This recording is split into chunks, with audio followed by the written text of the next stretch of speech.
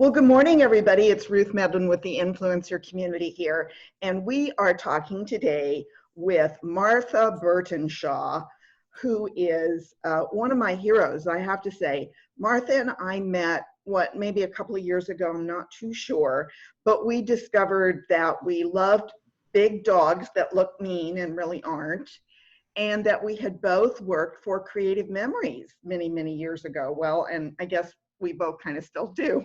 Yeah. So anyway, I told Martha about my series on, meeting the right people, people that you should know. And I said, people need to know you.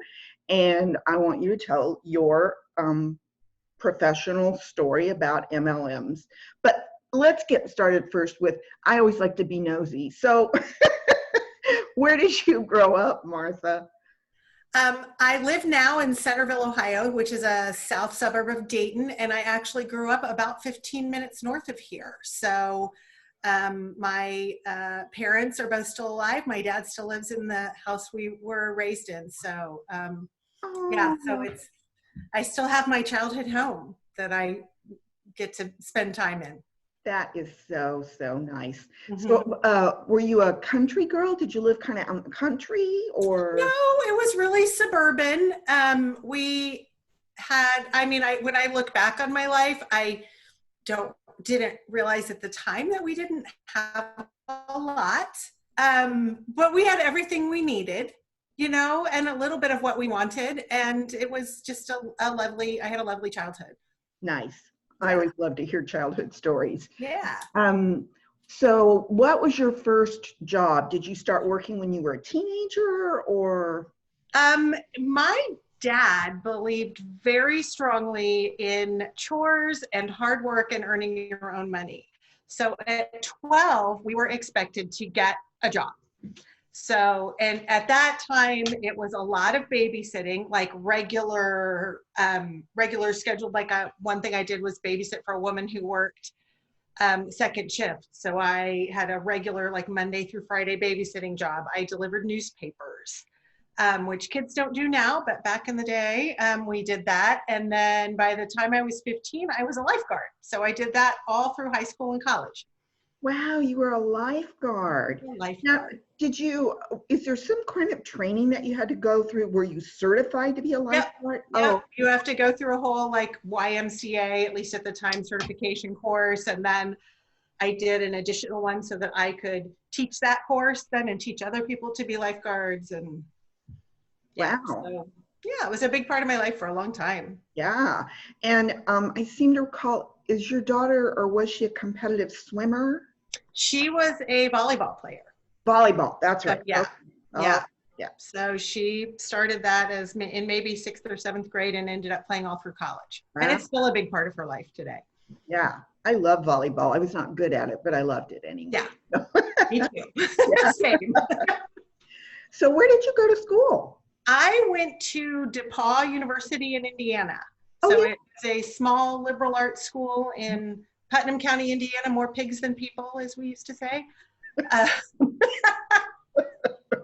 it was a wonderful school. It still is, and that's actually where my daughter went to school. Oh, okay. Right. Okay.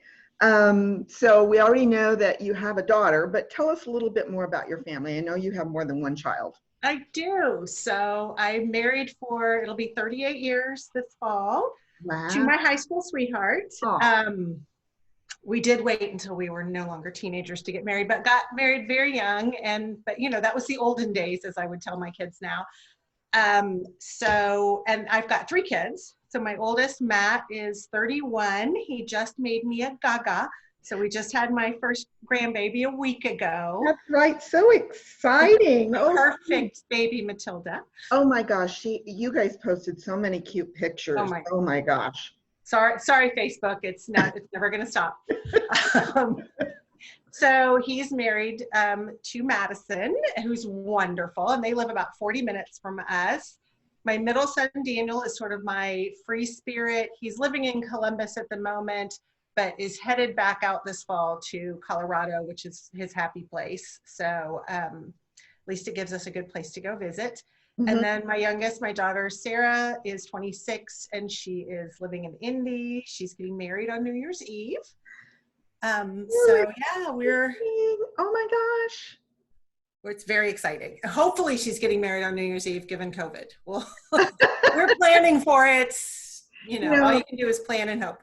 This is definitely the year where everybody has, you know, they always put a caveat on it, right? Like she's getting married, hopefully, given COVID. You know, so that's the code word is, you know, given COVID, let's hope and wait and see. So But so fun to get married on New Year's Eve. I always thought that was a great idea because everybody wants to party anyway. So why not join in, right? Yeah.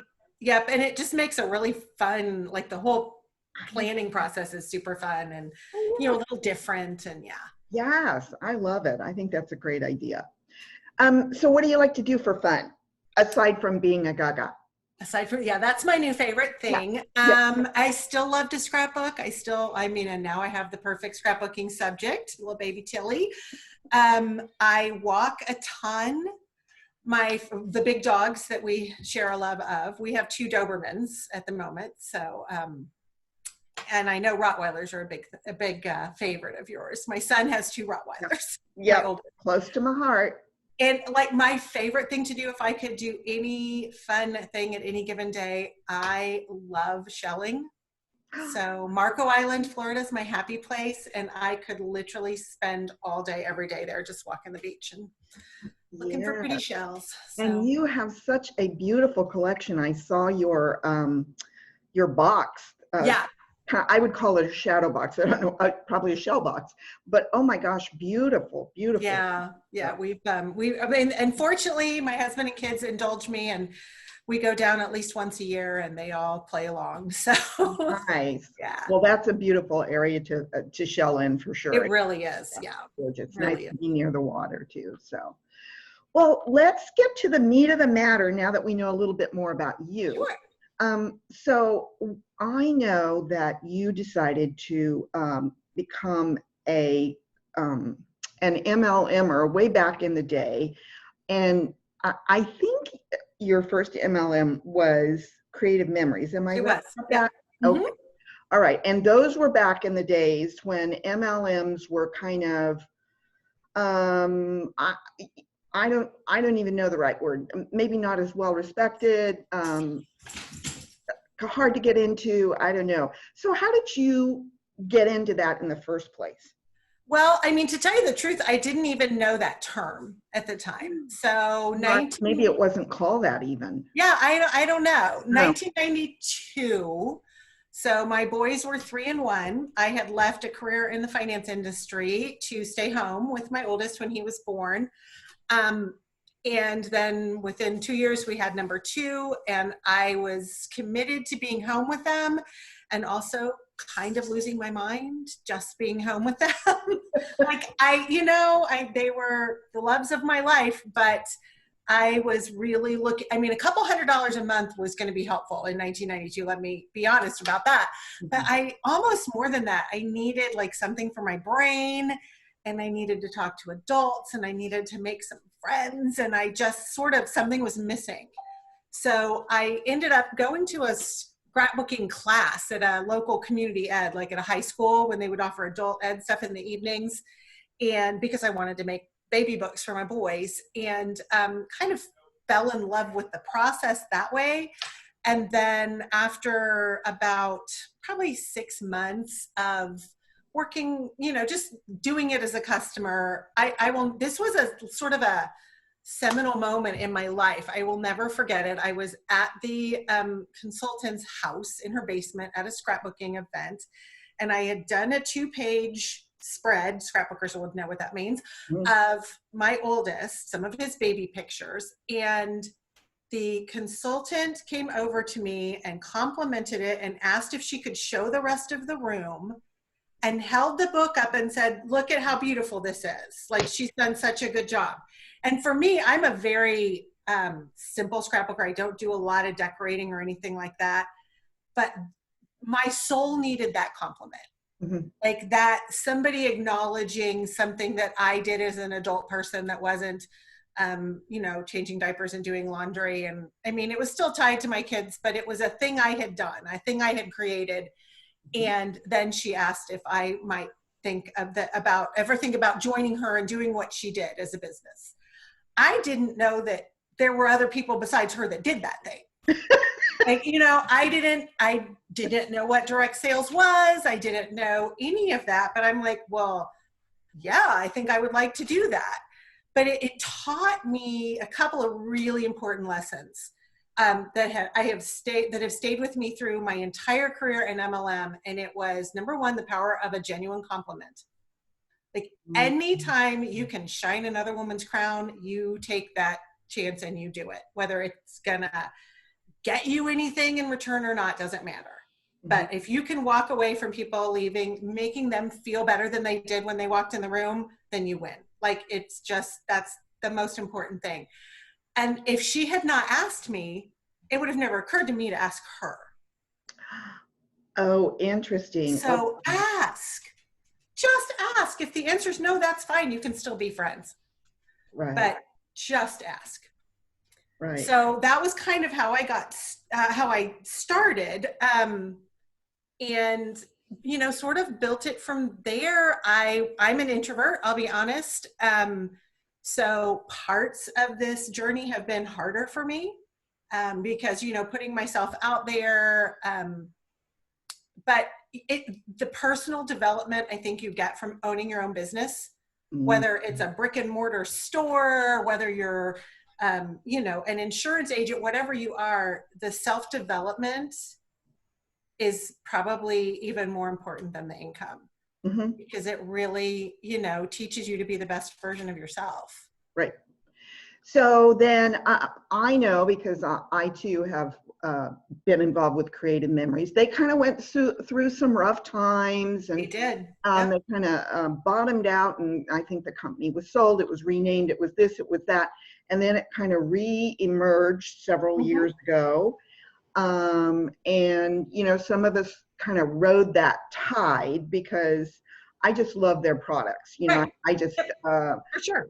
You can go to any scrapbooking area, in a store, and you can find materials, but I always gravitated back because I really felt Creative Memories had quality stuff, and it was reasonably priced, and it, you know, I mean, I still have my scrapbooks. I'm sure you have yours from your children, which is a lot longer, but you know, I still have some of my first scrapbooks that I did, like, I don't know, 10 or 12 years ago. And, you know, they hold up. They still do. Lifetime guarantee. Lifetime guarantee. That's right. Yeah. So you go through and you do Creative Memories for a while and you're happy with that. And then you land upon Monat Hair Care. Yeah. So I built quite a business in Creative Memories. You know, when I started out, needing that couple $100s a month made all the difference in 1992. It meant I could buy my boys clothes order them from Leon's Inn instead of shopping at garage sales. Like, you know, it wasn't, $200 a month was a lot of money back then. And then by the time those kids, and we added the third one, by the time they were in college, Creative Memories was putting them through college. So wow. I had developed Creative Memories into a 5-figure a month business, and life was awesome. And the company made some poor financial decisions, accumulated a lot of debt, trends changed, digital happened, people stopped printing photos. So it's kind of the perfect storm of a lot of things. And I had a call in the late summer of 2014 that they had been sold because they had filed for bankruptcy and had been sold, and were, you know, it wasn't going to be the direct sales structure that it was before. And, you know, I'm really sorry, but you're going to need to go find your next thing. So I'm like, great. I still got 2 kids in college. Like, what am I supposed to do now?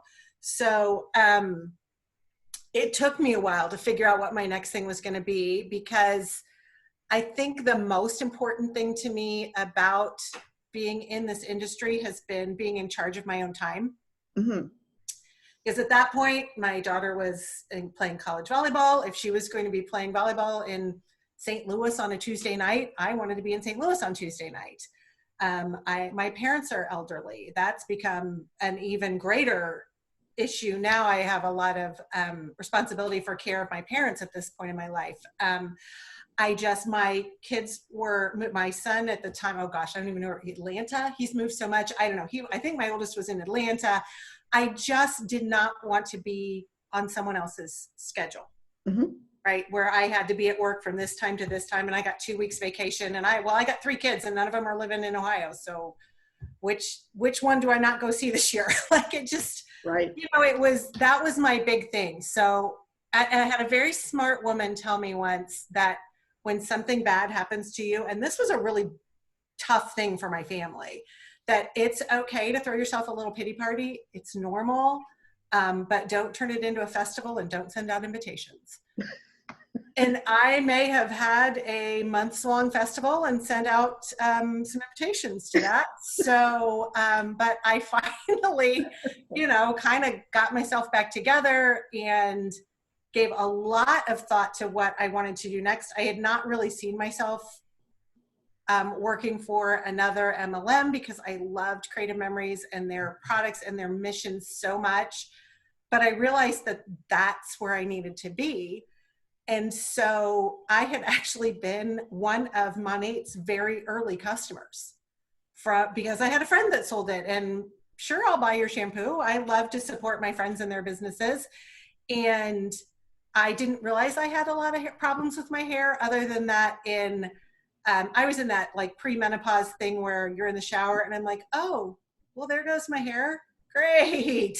And that was sort of a new thing for me. And after a couple of weeks of using Monat, I realized that had stopped for the most part. And my daughter had come home from college for some kind of a break, and her hair was trashed from living in rural Indiana, hard water, college sports. So, sometimes shampooing twice a day because you're so sweaty and gross, and stress and all those things. Her beautiful hair looked terrible. I had actually bought her like these extensions at the beauty supply store to try to help her.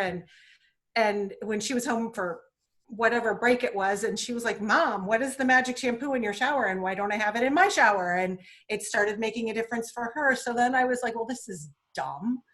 I know better. I'm sending people right and left to my friend Amy to buy it. Maybe this is what I need to be doing.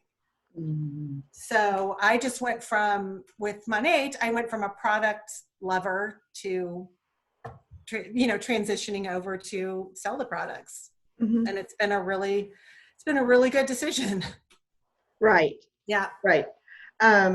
So, many people who want to be entrepreneurs. So let's say that we've got that person who has maybe retired early from corporate America or has done their time in public service, and they're looking for their next thing. I always call it, it's like a 2.0, whatever that's going to be. Sure. And they see others who are successful in MLMs, and they think, maybe I should do that. What are some things that you would advise people? What should they look into? Because, there's all kinds of MLMs out there now, and you can spend a whole bunch of money to buy into one, or you can spend like a little money to buy it. How do you know, right, what's good and what's not? Well, I think it's really important to do your due diligence. And I talk about how, I decided to sell that thing that's in my shower. And that's true because I love the product, but I didn't just jump into it that easy. Like, I researched the company. I looked at their compensation plan. I looked at their finances. I really kind of did a deep dive into the company culture and what I could learn before I gave them my $200, but more importantly than that, before I gave them my commitment. Mm-hmm. So I have some pretty strong feelings about what it takes to, what I wanted to look for in a company, in an MLM company. So for one thing, for me personally, I want a consumable product. I learned the value of that in Creative Memories because I want to build long-term relationships with my customers. Mm-hmm. I don't want somebody to just buy something from me and then I never talk to them again. So I wanted a consumable product. I wanted a debt-free company. I learned that lesson the hard way the first time. I had spent 20 whatever years doing in-home parties, and I didn't really want to do that anymore. I think back in the day, that was really how a lot of us socialized, and times have changed and it's not anymore. Right. So I was looking for a company that was not a party plan structure. I didn't want inventory. I had thousands of dollars worth of Creative Memories inventory in my house at any given time, and it took up a tremendous amount of room. And I was kind of over that. So even though I am still with Creative Memories and as an advisor, they're more of an affiliate program now, I don't like stock a bunch of stuff because now we have the internet, which is a beautiful thing, and people can just order a thing and have it sent to their house. And, we don't need to have all that product sitting around. Right. So, and I really looked at the company culture, and one of the things about Monat, at least, that they are very forward with is their emphasis on charitable giving and gratitude. So Monat never has an in-person event where market partners, which is what we call our sales reps, gather without there being a charity tied to it. So that was something that was really important to me. I'm very leery of companies that require a large buy-in. Now, I know, for instance, Monat has multiple levels where you can join, but you can join for $199.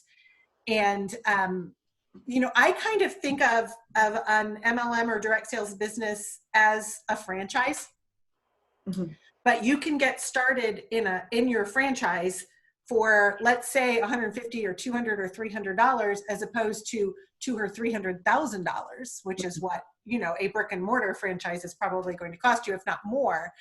And you've got, for that investment of a few $100s, you've got a branded website. You've got a marketing department that's behind you that puts out all kinds of beautiful graphics and catalogs and all kinds of things like that. You've got a training department that's behind you. You've got a team of people above you that are invested in your success. The most important thing to me about this industry is that it is completely impossible for me to be financially successful in an MLM if I don't help other people be financially successful in an MLM. So, that's just the pure structure of it. You can't make, you can always just sell the product, and that is fine. If you don't want to sign up other people and build a team, most MLM companies, good ones, welcome that. But if you want to make the kind of money that you're going to retire on or that's going to change your life, you need to help other people become really good at what you do. So right. It's the perfect sort of corporate philosophy. I can't be successful unless you're successful. Right. Absolutely. So let's kind of wrap this around, like, not so much about MLMs, but like, what's one piece of advice that you would give new entrepreneurs, no matter what they want to do? I mean, here you were, a mom of 2 little boys, and you were kind of going stir crazy, and you kind of thought, I need adult conversations, I need friends. And that's kind of how you got started in Creative Memories, really. I mean, yeah. 100%. Right. So what's one piece of advice you would give new entrepreneurs nowadays, 2020, to get started? I think no matter what industry you're in, whether it's MLM or something else, everything revolves around building relationships. Even with Monat, people can buy from me or they can buy from somebody else, and they're getting the same product. I need to give them a reason to buy from me. So I think the reason that MLMs can have kind of a smarmy reputation is from the people that don't do that. Like, don't go on social media and just make all your social media presence be about whatever this thing is that you sell, and, reach out to total strangers. Hi, we just met. Hey girl, I hate that. Hey girl, you seem really great. I'd love to have you join my team. Want to talk? Like, I don't know you. Buy me a drink first. Build the relationship. And if you don't, even if the people you build a relationship with don't end up joining your company or purchasing your products, you've just made a bunch of new friends. Right, right. Which is awesome. And then you have to be consistent at it. Mm-hmm. People think that it's a get rich quick thing. It is not. Mm-hmm. And MLM is just like any other business. It's hard work. And you will get into it, what you put out of it. And I read a statistic one time that said, in this industry, people make way less in the first year than they think they're going to make. And by year 5, they're making a lot more than they ever thought they would if they work consistently. And they stick with it. Yeah. Yeah. Yeah, absolutely. Yeah. The best thing about this industry is how flexible it is. Like, I'm in charge of my time. The worst thing about this industry is how flexible it is. I don't have anybody making me work. Mm-hmm. It's all on me. Right. Yeah, absolutely. So Martha, I just want to thank you for sharing your story and your passion for what you do. I think that you have that. You know, some people say, well, what does it take to be an entrepreneur? And you just have it. You know, I can't always put like a button on it, like what is it, but you just have it. Oh, thank you. And I will tell you that in 1992, I didn't have it. I didn't. And my upline then told me years later, she's like, I know I offered the business to you. I never thought in a million years you'd do anything with it. So don't prejudge. You don't know who needs you. Right. And I needed her. I needed Creative Memories. I needed that thing. And, you know, I grew into it. Mm-hmm. So, you know, everybody has that capability if their why is big enough. Right. Absolutely. Yes. Yeah. Yes, absolutely. So, well, thanks again. You have been an interesting and fascinating person to talk to. I always appreciate your honesty and your candor. And we thank you very much from the influencer community, getting to know the right people, meeting the right people, because you are a right person to meet. I will say. Oh, thank you so much. And I'm just thank you so much for inviting me and including me. I really appreciate it. Yeah, thanks. All right, well, this is Ruth Medlin signing off for the influencer community. Meet the Right People with Martha Burtenshaw. If you want more information about Monat hair and skin care, she's probably the woman to talk to. I'm just getting my feet wet in the industry, so I'd go to Martha if I were you. Well, they can come talk to me, and then I will help them right back to you. Thanks. So. All right. All right. Thanks again. Talk to you soon. Bye. Bye.